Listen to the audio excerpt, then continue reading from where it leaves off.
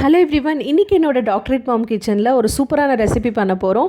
White சுகரே இல்லாமல் mixed berry jam பண்ண போகிறோம். வாங்க பார்க்கலாம். ஸோ நம்ம ஜாம் செய்கிறதுக்கு ஸ்டார்ட் பண்ணுறதுக்கு முன்னாடி ஒரு சில ஜாம் ரிலேட்டட் இன்ஃபர்மேஷன்ஸை நான் உங்கள் கூட ஷேர் பண்ணுறேன். ஸோ பொதுவாக நம்ம மார்க்கெட்டில் கடையில் வாங்குகிற ஜாமில் பார்த்தீங்கன்னா 50-60% தான் ஃப்ரூட் பல்ப் இருக்கும்.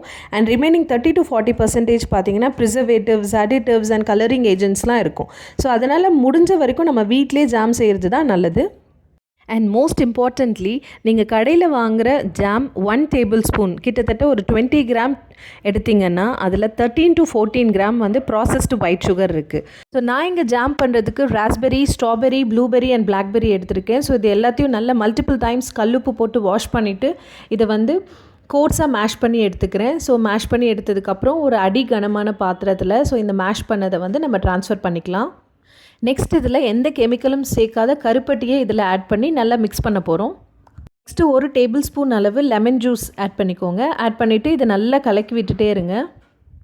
ஆஃப்டர் 10-15 மினிட்ஸ் பார்த்தீங்கன்னா இதோட கன்சிஸ்டன்சி இந்த மாதிரி செமி சாலிட் கன்சிஸ்டன்சிக்கு வரும். ஸோ இப்போ நம்மளோட ஒயிட் சுகரே இல்லாத ஹெல்தியான homemade mixed berry jam is ready.